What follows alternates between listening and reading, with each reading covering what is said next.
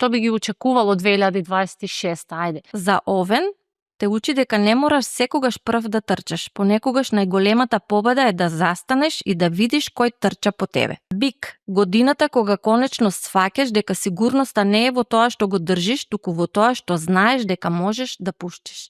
За Близнаци, ке зборуваш помалку, а ке кажуваш повеќе. 2026 е година кога зборот станува моќ, а не шум. Рак, емоциите не ти се слабост, тие се твој компас. 2026 те учи да не се извинуваш, што чувствуваш длабоко. Лавот, ова не е година да блескаш за аплауз, туку да светиш затоа што си тоа што си и токму тогаш аплаузот доаѓа сам. Девицата да сватат дека не мора се да се поправа. Некои работи се совршени токму затоа што се живи и хаотични. Вагата во 2026 треба да научи дека балансот не е секогаш на средина, понекогаш е храбар избор на едната страна. Шкорпијата е трансформацијата не доаѓа со болка, туку со вистина, а ти во 2026 Шкорпио конечно искрена со себе. За Стрелецот, тој многу сака да патува, барајки нешто надвор, но никогаш не се прашал да се запреше да побара нешто внатре во себе.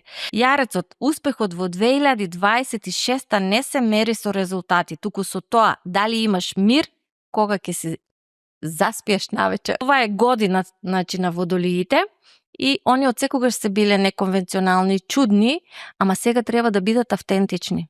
Таа нивна трансформација, треба да бидат автентични. И токму тоа ќе стане најголемата предност. И за рибите, мора да научат дека не мора секогаш некого да спасуваат.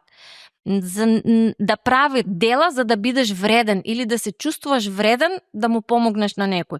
2026 секогаш треба да се научат да се изберат себе си, да не се жртвуваат за другите.